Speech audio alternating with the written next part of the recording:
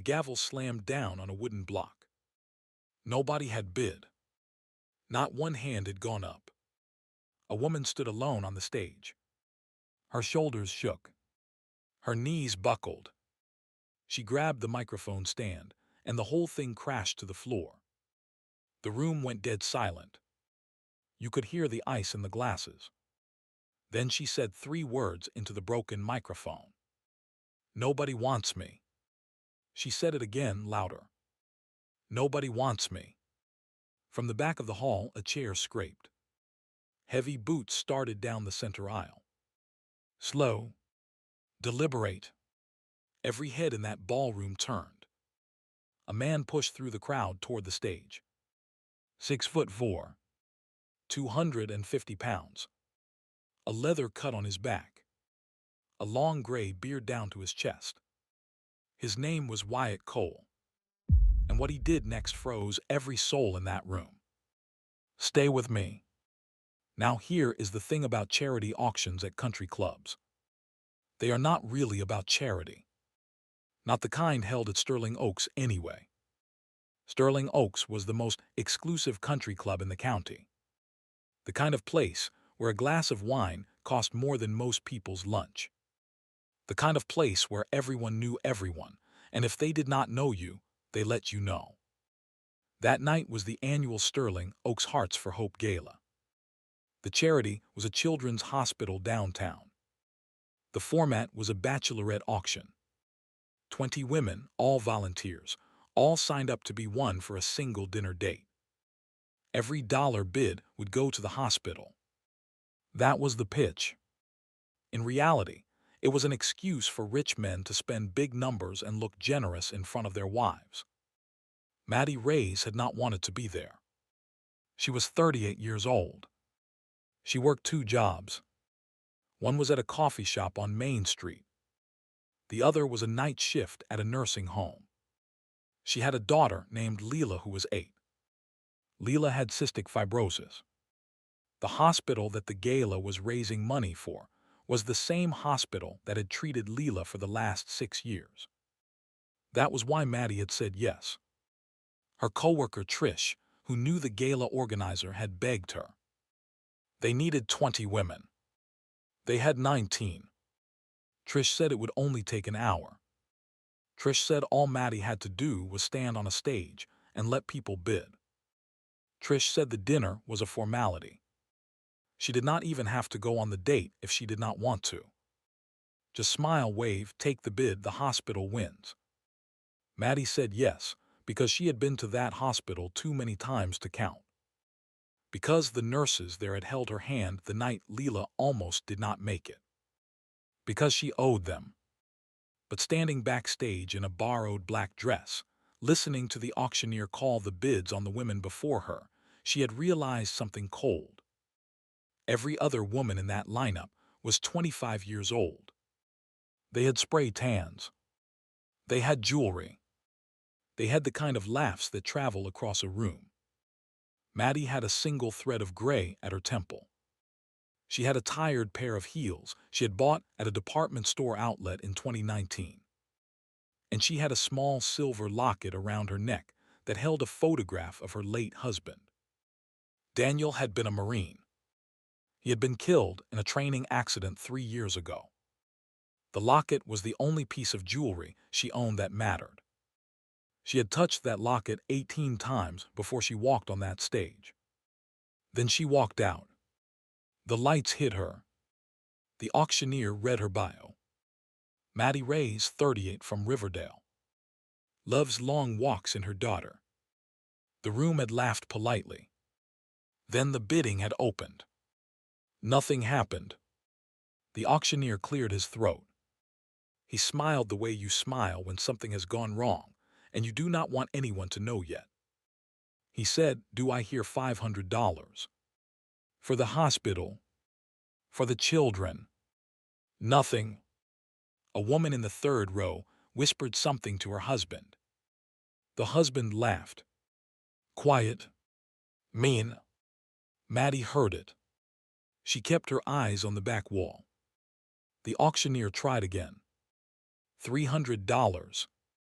$300 to support a wonderful cause. Nothing. The room shifted. Believe me, you could feel it. People stopped looking at her. People started looking at their drinks. People started looking at their phones. Nobody wanted to be the one who saved her by bidding too low. Nobody wanted to be the one who did not bid at all. The auctioneer's smile cracked at the edges. $200, he said. Nothing. That was when Maddie's hand had reached up to her locket. Her fingers had closed around it. And something inside her, something she had been holding shut for 3 years, had finally given way. The gavel had come down on a wooden block. The auctioneer had said the words, "No bid," under his breath. Maddie had heard them clearly. They sounded final. And her knees had buckled. And she had grabbed the microphone stand. And the words had come out before she could stop them. Nobody wants me. That was when the chair scraped at the back of the hall. That was when the boots started walking. That was when the man in the leather cut began moving up the aisle. His name was Wyatt Cole. And he was not supposed to be at Sterling Oaks that night. The first thing you need to know about Wyatt Cole is that everyone in that room saw the leather and made the same mistake. They saw a Hell's Angel. They saw a biker. They saw the long gray beard, the knuckle scars, the cut on his back with the patches that meant something the country club crowd did not understand. They saw a man who did not belong. And they relaxed. Because if a biker walked up to that stage and tried to make a scene, security would handle it. Believe me, they were wrong about who he was. Wyatt Cole had been a Hell's Angel for 31 years. That part was true. But 31 years is a long time. And in those 31 years, he had gone from a kid working in a body shop to a man who owned that body shop. Then 3 more shops. Then a fleet of trucks. Then a logistics company. Then a small bank that had made loans to other body shops. Then a holding company that had bought a chain of restaurants. Then a real estate firm that had quietly purchased a third of the commercial land between 2 California counties. Wyatt Cole was worth somewhere north of $400 million. He still wore the cut. He still rode his bike. He still attended every brother's funeral and every brother's wedding. The brothers were the brothers. That was for life. But he had not come to Sterling Oaks that night for the brothers. He had come because his late mother had been treated at the same children's hospital when she had cancer in her last years. He had bought a ticket. He had walked in alone. He had sat in the back near the bar. He had not been paying attention to the auction. He had been staring at his phone, dealing with a contractor in Reno. Then he had heard a sound. A woman's voice. The kind of voice that breaks. 3 words. Nobody wants me. He had looked up. He had seen her on that stage. The locket. The cheap heels. The way her shoulders were folded inward like she was trying to disappear into her own body. And something in him, something that had been quiet for a very long time, had woken up. He had stood up. He had walked. Now he reached the foot of the stage. The auctioneer was still standing there with the gavel in his hand, looking like a man who had lost his place in a script. Wyatt looked up at Maddie. He did not smile. He did not speak loud. He spoke soft just for her. "Ma'am, what is your name?" Maddie's lips trembled. "Maddie. Maddie Reyes. Maddie, look at me. Do not look at the room. Just at me. Can you do that?" She nodded. Tears were running down her face, but she nodded.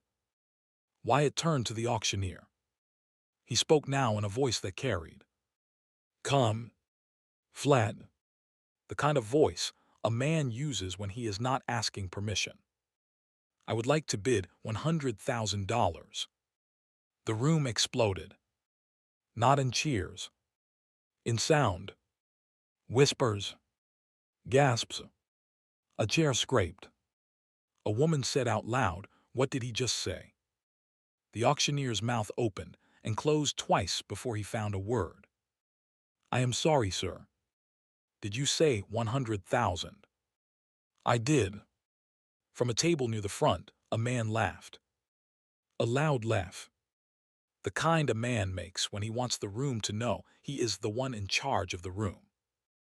Preston Vance, 46 years old. President of Vance Development. A board member at Sterling Oaks. A man who had bid $8,000 for the previous woman because he had wanted to look generous in front of his wife and his wife's friends. A man who did not like being upstaged, especially not by a man in a leather cut. Preston stood up. He held up his paddle. 150,000, he said. Let us see if the gentleman with the beard is serious. The room held its breath. Wyatt did not look at Preston. He kept his eyes on Maddie. He kept his voice soft toward her, even as he said the next words to the room. 250,000. Preston's smile dropped half an inch. He recovered. He laughed again. 300,000. 500,000. The room went dead silent. $500,000. Preston Vance opened his mouth. He closed it. He looked at his wife. His wife was looking at the floor. He looked back at Wyatt. He saw something in Wyatt's face that he had not seen before. He saw a man who would not stop. A man who would go to 700,000. A man who would go to 1,000,000. A man who would burn his entire net worth into the floor of that ballroom before he let Maddie Ray's walk off that stage with no bid. Preston put his paddle down. He sat. The auctioneer stared at his gavel. Then he raised it. Then he brought it down. Sold. $500,000. To the gentleman in the back. Wyatt walked up the steps to the stage. He took off his leather jacket. He placed it around Maddie's shoulders. He spoke quietly. You do not owe me a date. You do not owe me a thank you. You do not owe me anything. I am going to walk you off the stage and to a quiet table. We are going to sit. You are going to drink some water. And then you are going to tell me whatever you want to tell me, or nothing at all. That is it. Maddie tried to speak. She could not. She just nodded. He led her down the steps. The room was still silent. They reached a small corner table. He pulled the chair out for her. She sat. He sat across from her. He waved at a server. He asked for a glass of water. The water came. Maddie drank it. Her hands were still shaking. The auctioneer moved to the next bachelorette. The room slowly started to breathe again. The murmurs returned. The lights moved to the next section of the stage. Maddie looked across the table at the man who had just bought her humiliation back from a room. Why, she said. Wyatt thought for a long moment. Because I heard what you said. That was all. The auction continued. The next bidder won a date for $12,000. The hospital director smiled. The waitstaff brought another round of drinks. Maddie wiped her eyes on the cuff of Wyatt's leather jacket. He smiled just a little. The crisis seemed to be over. It was not. Preston Vance walked up to the table. He had two men with him. Younger. Suits that fit too well. The kind of men a developer brings to country clubs to make people understand who he is. Preston stopped a foot from Wyatt's chair. You and I need to talk. That was the trigger. The whole night turned right there. Wyatt did not stand. He set his glass down. He looked at Preston. He did not speak. I do not know what game you're playing, Preston said. But this is not your kind of place. You walked in here in a costume. You made a scene. You embarrassed a lot of people. There are rules at this club. He glanced at Maddie. His mouth twisted. And as for her, you know what she is. Some single mother from Riverdale. They padded the list with so the numbers would be even. You bid $500,000 for a charity case. You are not a hero. You are a fool. And tomorrow morning, when you sober up, you are going to be a fool with a $500,000 receipt. Maddie's hand closed around her locket. Wyatt stood up. He did not lunge. He did not ball his fists. He just stood up and looked Preston in the eye, and Preston, who was a tall man, suddenly became a smaller one. "Mr. Vance," Wyatt said, "you do not know who I am." Preston laughed. It was the third laugh of the night, and it was the weakest. "Some biker who got lucky. I am the man who owns Cordell Holdings." The two suits behind Preston looked at each other. Now here is the thing about names like Cordell Holdings. They do not mean anything to most people. Most people have never heard of them. They are not on television. They do not have flashy logos. They are quiet. But Preston Vance had heard of Cordell Holdings, because Cordell Holdings owned the bank that had financed Vance development for the last 14 years. Cordell Holdings owned the title company that had cleared the deeds for every Vance project from Sacramento to Bakersfield. And Cordell Holdings sat on the zoning advisory board that had approved Preston's last 3 subdivisions. Preston's mouth opened. Nothing came out. "I bought it 3 years ago," Wyatt said. Quietly, through an LLC. The previous owner was retiring. He sold it to me because we had done business for 20 years and he trusted me. You have met him. His name is Frank Tomey. You had dinner with him in 2018. Preston's color started to go. Now Wyatt said, "Here is what is going to happen." He did not raise his voice. He did not have to. "You are going to apologize to Mrs. Reyes. Not to me. To her. For what you just said in front of her hospital, in front of the wait staff who heard you call her a charity case. You are going to do it now. And then you are going to walk back to your table and finish your evening like a man who has learned something tonight. Or you are not. And tomorrow morning, a phone call will be made. And by Friday, your line of credit will be reviewed. And by next month, your Bermuda Estates project will be on hold pending zoning reevaluation. You decide." Preston's 2 suits had taken half a step back. If you have ever been in a room when a power shift happens, you know that the air actually changes. People stop pretending. People look down. People remember they had somewhere to be. That was what happened at that corner table. Preston Vance turned to Maddie. His jaw was tight. His eyes were wet, not from feeling, but from the kind of pressure a man feels when he has overplayed a hand in front of his wife. "Mrs. Reyes," he said, "I apologize for my words. They were unfair. I am sorry." Maddie did not speak. She just looked at him. Then she looked at Wyatt. Wyatt nodded once. Preston walked away. His 2 suits followed. He sat at his table. He did not look at his wife. His wife did not look at him. Wyatt sat back down. He did not look proud of himself.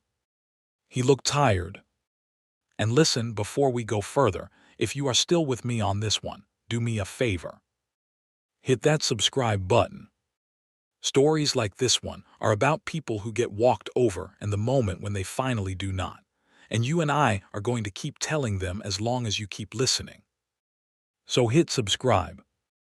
And then let us get back to that corner table. Maddie was looking at him. You are not really a Hell's Angel, she said. I am, Wyatt said. 31 years next October.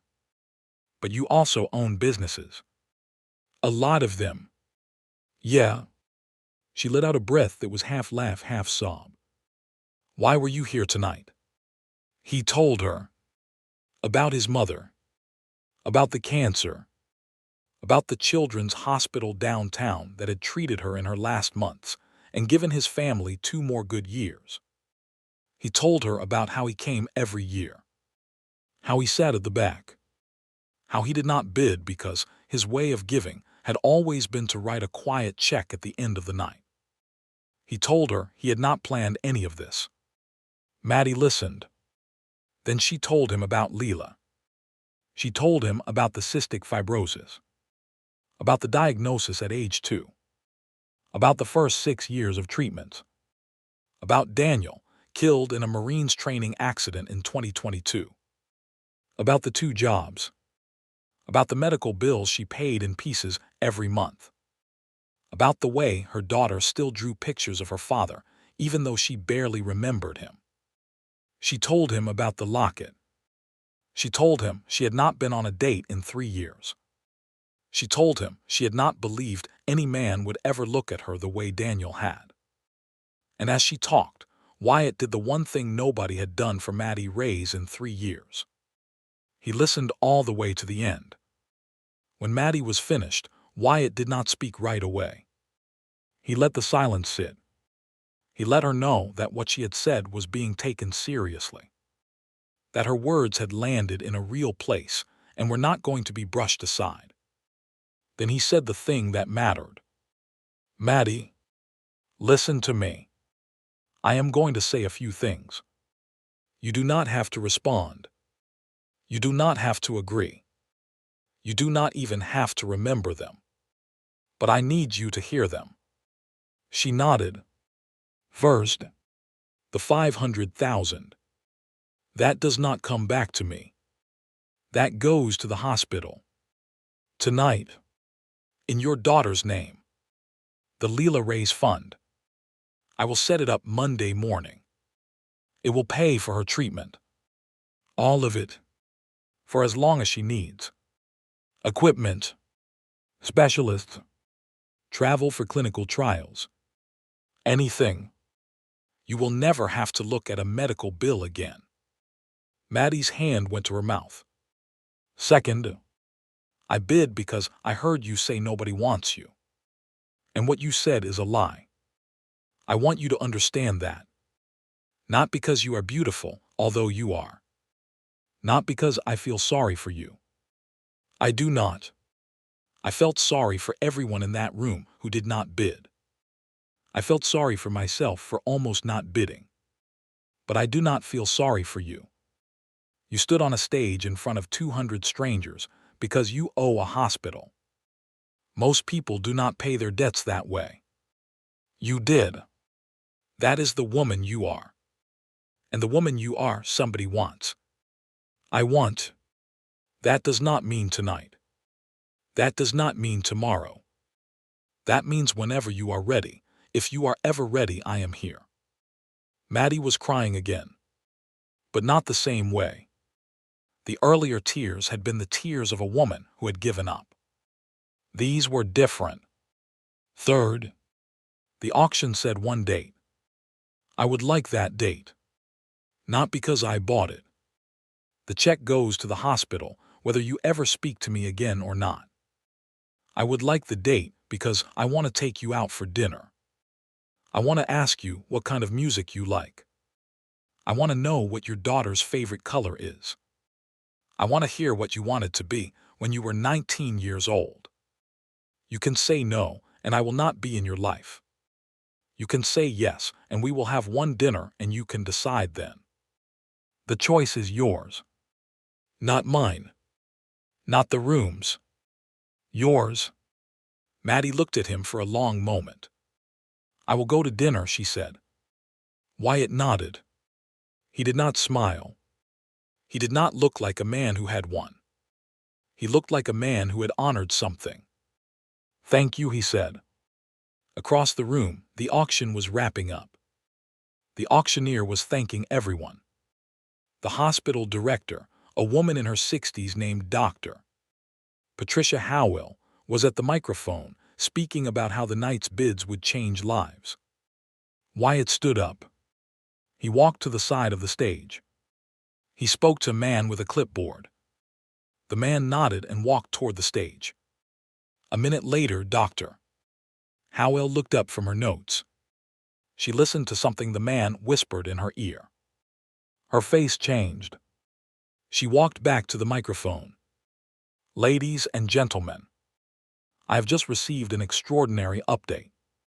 The bidder of tonight's largest contribution has asked that the entire amount of his bid, $500,000, be designated to a new fund being established tomorrow. The Leela Ray's Pediatric Care Fund. This fund will provide ongoing treatment support for children with chronic illness whose families cannot afford the full burden of their care. The bidder has further committed to matching, dollar for dollar, any donations made to this fund over the next 24 months, up to an additional $5 million. The room went silent again. Then someone clapped. Then everyone clapped. Maddie stood up at the corner table. She was shaking. Dr. Howell looked across the room at her. She knew Maddie. She had been Leela's doctor for 3 of those 6 years. Maddie, she said into the microphone, is that you, sweetheart? Maddie could not answer. She just lifted one hand. The clapping changed. It got louder. Some people stood up. Others were already standing. The room that had not bid on her 1 hour earlier was now on its feet, applauding her. Maddie did not feel triumph. That is the truth of it. She did not feel rescued. She felt something stranger.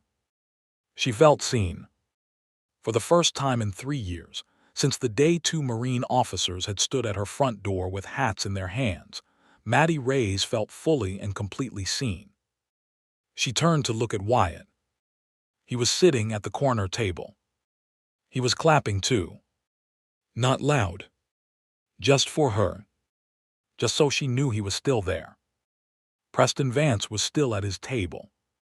His wife had finally turned to face him.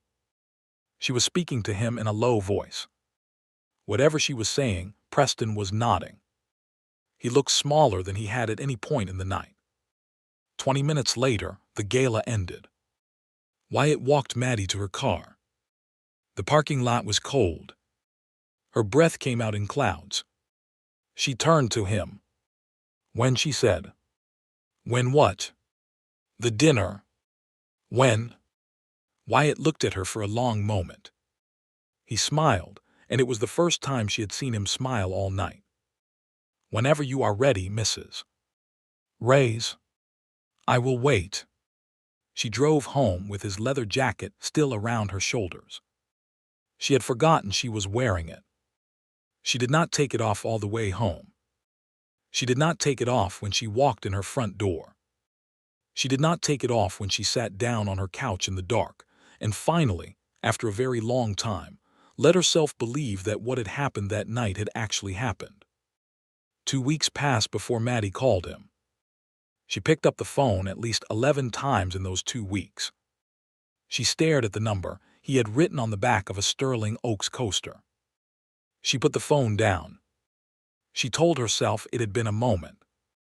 A spectacle. She told herself a man like Wyatt Cole had 100 women he could call.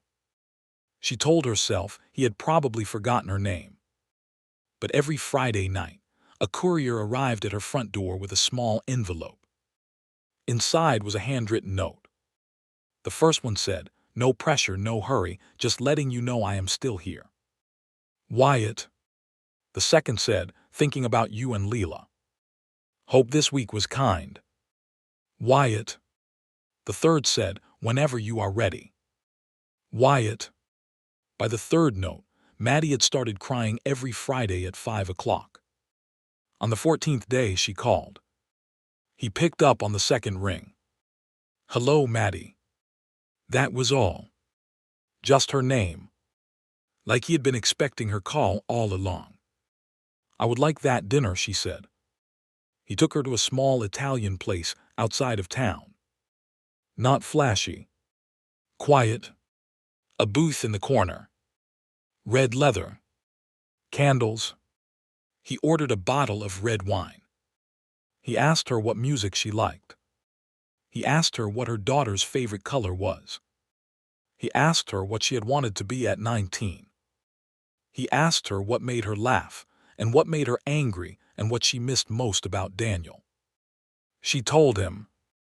The dinner was 4 hours long. When he drove her home, he did not walk her to the door. He waited until she was inside. He waited until the porch light went out. Then he drove away. That was the first dinner. The second dinner, 3 weeks later, he met Leila. He brought her a small stuffed motorcycle. Not from a hospital gift shop. A custom one, sewn by a woman in Modesto who made them for the children of his brothers. Leila held it in both hands. She looked up at him with eyes that had been through too many hospitals. "Are you my mom's friend?" she said. "I am," Wyatt said. "If she will let me be." Leila looked at her mother. Maddie nodded. "Then you can be my friend too," Leila said. Wyatt knelt down. His knees popped. He winced. Leila laughed. He held out his hand. Leila shook it like she was a very serious 8-year-old businesswoman. That was the moment. That was when Maddie knew. She did not know what she knew exactly. She did not know if she would marry him. She did not know if she would love him. But she knew this. This man would never be cruel to her daughter. He would never raise his voice in her house. He would never make her feel small at a party. She knew that if she let him in, she would not have to fight to be seen by him. He would do the seeing on his own. The months that followed were quiet ones. Wyatt did not move fast. He did not push. He kept his promises. The Leila Ray's Pediatric Care Fund opened in February. Within 6 months, it had paid for the full treatment of 43 children. By the end of the year, that number was over 100. Maddie quit one of her 2 jobs. She kept the coffee shop. She wanted to keep something that was hers. Wyatt understood that without her having to explain it. Leila's lung function improved. The new specialist that the fund paid for found a treatment combination that had not been available to her before. By the spring, Leila was running. Not far. Not fast. But running. Maddie watched her from the kitchen window and cried with her hands over her mouth so her daughter would not see. A year after the auction, Sterling Oaks held its annual Hearts for Hope Gala again. The format had changed. There was no more bachelorette auction. The board, under significant pressure from a major donor, whose name they would not say out loud, had decided to retire that particular tradition. Instead, the gala that year had a guest speaker. Maddie Ray stood at the same microphone she had stood at 1 year before. She wore a different dress. She wore the same locket. She did not shake. She told the room about the night a year ago. She told them about the bid. She told them about the Leila Ray's Pediatric Care Fund. She told them about the children. Then she told them this. "A year ago, I stood at this microphone, and I said the worst thing a person can believe about themselves. I said nobody wants me. And a man heard me. And he walked across this room. And he changed what happened. But I want to be very clear with you tonight. He did not save me. A man cannot save you from believing a lie about yourself. Only you can do that. What he did was refuse to let the lie stand in this room. He bought me time. He bought me space. He bought me the room to start the saving on my own. And the saving is what I have been doing every day since." The room was quiet. Maddie looked out across the tables. She found the one she was looking for. Wyatt was sitting at it. Leela was beside him. He had his arm around her shoulders. Maddie smiled at them. I want to thank the man at table 4. He knows who he is. And so do I. She brought the gavel down. The fundraising began. Not for one woman that night. For all the children who needed it. And out in the parking lot, after the gala, Wyatt was the one who put the leather jacket back around Maddie's shoulders. She did not give it back. She never has.